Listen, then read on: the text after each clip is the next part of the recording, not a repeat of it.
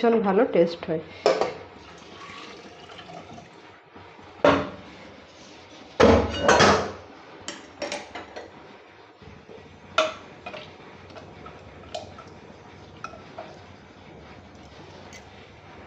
নুনটা একটু অবশ্যই চেক করে নেবেন। আমার এখানে কম আছে নুন, একটু দিতে হবে,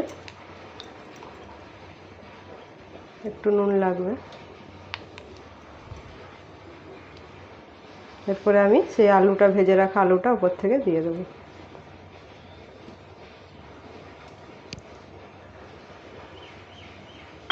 এরপরে কুকারটা ঢেকে দেবো।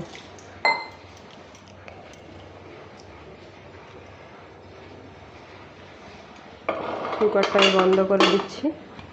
একটা সিটি পড়ার পর 15 মিনিট রাখলেই কম আঁচে হয়ে যাবে।